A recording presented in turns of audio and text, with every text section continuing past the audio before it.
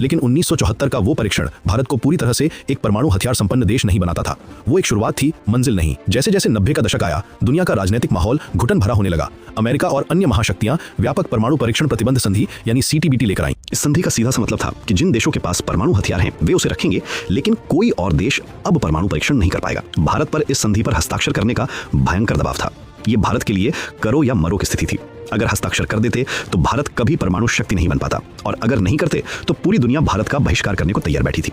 इसी दबाव के बीच 1995 में तत्कालीन प्रधानमंत्री PV नरसिम्हा राव ने परमाणु परीक्षण करने का गुप्त आदेश दिया। तैयारियां शुरू हो गईं, लेकिन यहीं पर एक बहुत बड़ी चूक हो गई। पोखरण में काम कर रहे इंजीनियरों ने जो केबल यानी जो तार बिछाए थे उन्हें रेत से अच्छी तरह नहीं ढका। अमेरिकी सैटेलाइट्स ने उन केबल्स की सीधी रेखाओं को पकड़ लिया। तुरंत अमेरिकी खुफिया एजेंसियों ने भारत की इस तैयारी को भांप लिया। उस वक्त भारत में अमेरिकी राजदूत फ्रैंक विजनर ने नरसिम्हा राव को सैटेलाइट की तस्वीरें दिखाते हुए धमकी दी कि अगर भारत ने परीक्षण किया तो अमेरिका ऐसे आर्थिक प्रतिबंध लगाएगा कि भारत की अर्थव्यवस्था तबाह हो जाएगी। भारत को उस वक्त अपने कदम पीछे खींचने पड़े। ये भारतीय वैज्ञानिकों और देश के लिए एक गहरा आघात था, लेकिन इस विफलता ने हमारे वैज्ञानिकों को एक बहुत बड़ा सबक सिखाया। उन्हें समझ आ गया था कि अमेरिका की नजरें कैसी दिखती हैं, उनके सैटेलाइट कैसे काम करते हैं और उनसे कैसे बचा जा सकता है। 1995 की वो हार 1998 की उस ऐतिहासिक जीत की नींव बन गई। मार्च 1998 भारत में आम चुनाव हुए और अटल बिहारी वाजपेयी के नेतृत्व में नई सरकार का गठन हुआ। वाजपेयी जी एक बात को लेकर बिल्कुल स्पष्ट थे, भारत को अब और दबाया नहीं जा सकता।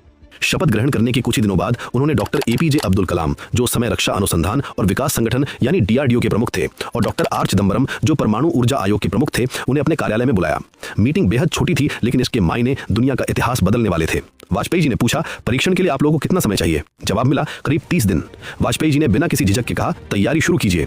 इस फैसले के साथ ही जन्म हुआ ऑपरेशन शक्ति का।